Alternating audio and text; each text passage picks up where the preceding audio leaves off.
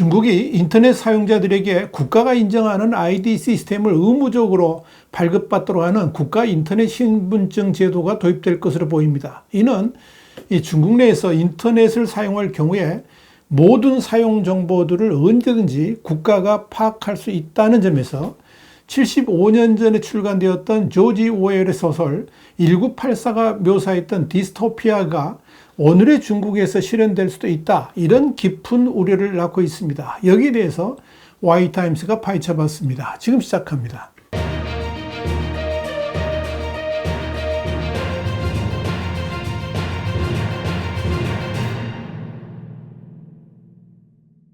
일본의 니케이 아시아는 8일 중국의 국가 인터넷 ID 시스템 도입 움직임은 특히 소셜미디어에서 네티즌의 의견을 더욱 억압할 것이라는 비판과 함께 격렬한 논쟁을 불러일으키고 있다 그러면서 이 논란은 중국 공산당이 현직 지도자와 은퇴한 원로들이 모이는 연례 베이다이어 회의가 허베이성 해변 휴양지에서 열리는 등 정치적으로 민감한 시기에 발생했다. 이렇게 보도했습니다.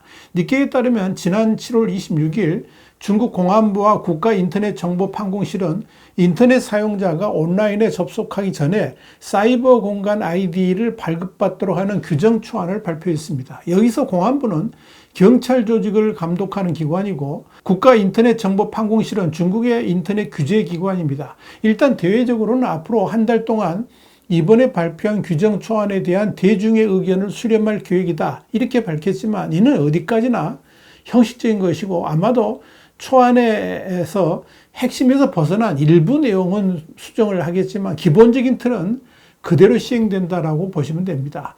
총 16개 조항으로 되는 인터넷 ID 시스템 개요를 보면 문자와 숫자로 조합한 인터넷 주민번호 격인 인터넷 번호와 인터넷 신분 인증을 도입해서 개인정보를 노출하지 않도록 한다 하는 것이 골자입니다. 한마디로 인터넷 업체들이 하는 개인 신분 인증을 이제는 국가가 직접 나서서 관리하겠다 하는 것입니다. 이 제도가 시행되면 인터넷을 사용하고자 하는 모든 사람들은 중국 정부가 직접 관리하는 인터넷 ID 시스템에 사용자 등록을 하고 통합 디지털 ID를 부여받으면 됩니다. 일단 명분은 지금 민간 인터넷 플랫폼들이 각각 ID를 부여하면서 인터넷을 사용하도록 되어 있지만 앞으로는 민간 인터넷 플랫폼들은 아예 각 기업이 부여하는 아이디 대신에 국가로부터 공인받은 아이디로만 인터넷을 사용할 수 있도록 강제한다. 이렇게 보면 됩니다.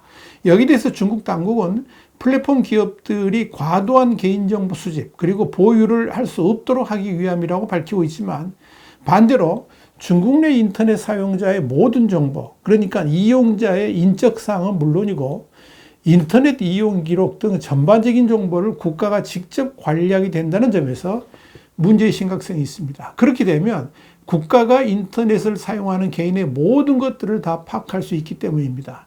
사실 이렇게 국가가 직접 인터넷 아이디를 발급한다는 것은 다른 측면에서 보자면 중국 내 인터넷 기업들이 중국 정부보다 더 많은 정보들을 가지고 있다는 것 자체가 이 중국 공산당 입장에서는 불안하기 때문이다. 이런 분석도 나옵니다. 시진핑 정부가 최근 들어서 알리바바를 비롯해 가지고 빅테크 기업들에 대해서 엄청난 자산 상실 그리고 중국의 국익에도 해가 됨에도 불구하고 철퇴를 내린 배경에는 빅테크 기업들이 중국 공산당보다 더 많은 정보나 자산 관리 등을 해서는 안 된다. 이런 강한 인식 때문인 것으로 판단하고 있습니다. 중국 당국에 의해서 인터넷 ID 시스템 제도가 발표되자마자 소셜미디어를 중심으로 격렬한 반발들이 이어졌습니다. SNS에서는 일종의 당국에 의한 의견 수렴 절차는 형식적인 것으로 정부가 모든 인터넷 사용 정보를 통제하겠다는 발상이라 그러면서 정부의 의도에 대해서 비판적인 글들이 줄을 이었습니다. 결국 인터넷 당국이 나서가지고 부랴부랴 비판적 댓글들을 삭제했지만 아직도 일부 글들의 제목은 남아 있습니다. 그러나 그 제목들을 클릭하면 해당 게시물이 중화인민공화국 사이버보안법을 위반한 것으로 간주되었다. 이런 문구가 뜨면서 해당 게시물을 볼 수 없도록 만들었습니다. 중국 내 인터넷 사용자들이 가장 우려하는 것은 당국이 발표한 규정 초안에는 인터넷 ID 시스템 사용이 자발적으로 이루어질 것이라고 명시되어 있지만 결국 플랫폼 회사들이 당국의 요구에서 자사 플랫폼 발행 아이디가 아니라 국가당국이 발행한 아이디만 쓰도록 강제할 것이 뻔하다는 점입니다. 그렇게 되면 국가 발행 인터넷 아이디가 없으면 그 흔한 바이두는 물론이고 각종 SNS도 사용하지 못하게 될 겁니다. 그리고 끝내는 인터넷 사용 자체가 불가능해질 것으로 판단되고 있습니다. 더 큰 문제는 이 제도가 도입되면 지금까지 플랫폼이 개별적으로 수집하고 보유하던 인터넷 사용자의 개인 데이터를 국가가 완전히 통합할 수 있게 된다는 점입니다. 이렇게 되면 사실상 개인의 사상까지도 국가가 검열할 수 있는 발판이 되기도 하지만 최악의 경우에는 통합된 데이터가 해킹을 당한다든지 유출될 경우에는 상상 이상의 피해를 볼 수도 있을 것입니다. 지금 중국 내에서 국가가 인터넷 아이디를 발급하고 관리하는 것에 대해서 강력 반발하는 것도 이 중국 당국이 마음만 먹으면 특정인에 대한 모든 정보를 엄격하게 감시하고 통제할 수도 있기 때문입니다. 실제로 중국 당국이 파악한 인터넷 사용 정보들을 중국이 자랑하는 CCTV를 통한 안면 인식 정보하고 결합을 하고 또 각 신용카드를 비롯한 금융기관 자료까지 연계 통합한다면 중국 공산당 당국은 사실상 중국 인민 모두의 일거수일투족을 언제든지 꿰뚫어 볼 수 있고 또 통제할 수 있게 됩니다. 이것이 바로 75년 전 출간된 조지 오웰의 소설 1984에 묘사된 디스토피아적 세계인 것입니다. 중국 내 비평가들은 바로 이 점을 지적을 합니다. 그러니까 결국 개인정보를 보호하기 위해서 국가 발행 인터넷 아이디를 도입한다는 것은 허울 좋은 명분일 뿐이고 실제로는 모든 중국 인민들의 생각은 물론이고 실제 삶까지도 통제하겠다 하는 욕심을 드러내고 있다고 보면 될 것입니다. 문제는 중국 당국의 뜻대로 국가 발행 인터넷 아이디 시스템이 도입될 수 있을지의 여부입니다.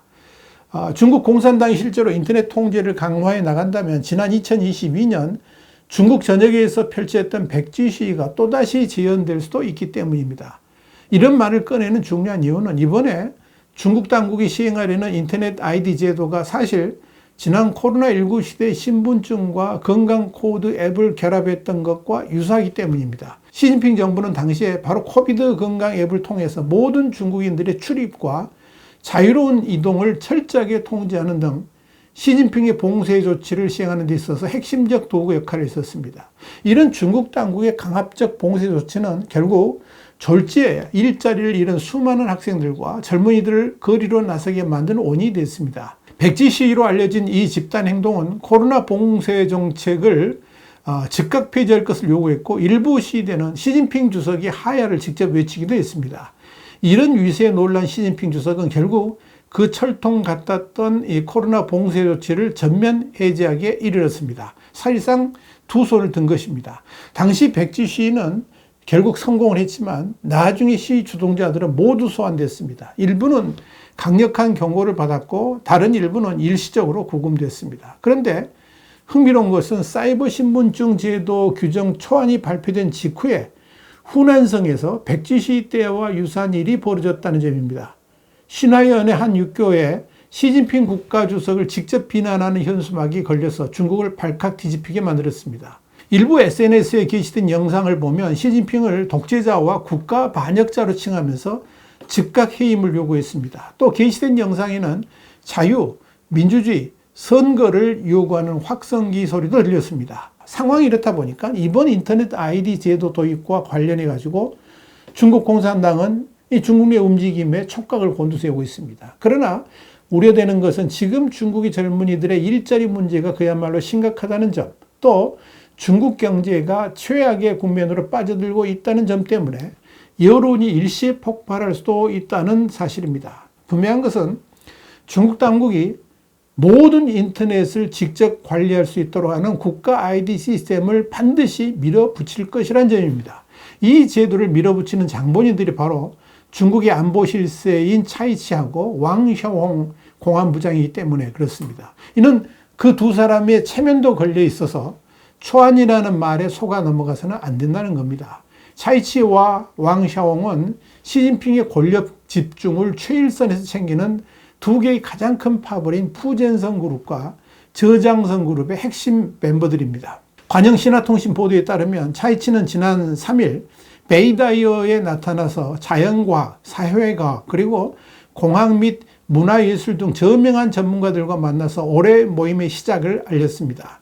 베이다이어 휴가가 시작되었다는 것은 정치국 상무위원들이 당분간 공개석상에 얼굴을 드러내지 않을 것임을 말해줍니다. 그러나 베이다이어 현장에서는 중국 내 중요한 정치 현안과 경제정책 등에 대해서 많은 논의들을 하게 될 겁니다. 물론 국가가 관리하는 인터넷 ID 제도가 중국 공산당이 안위를 가를 만큼 위기를 몰고 올 수 있다면 슬그머니 꼬리를 낼 수도 있겠지만 지금 중국 공산당이 하고 있는 모습을 본다면 그럴 가능성은 극히 낮아 보입니다. 이렇게 중국 인민들의 일거수일투족을 감시해야만 안심이 되는 나라, 그것이 바로 중국입니다. 와이탄 국제정세 분석의 주복이었습니다. 감사합니다.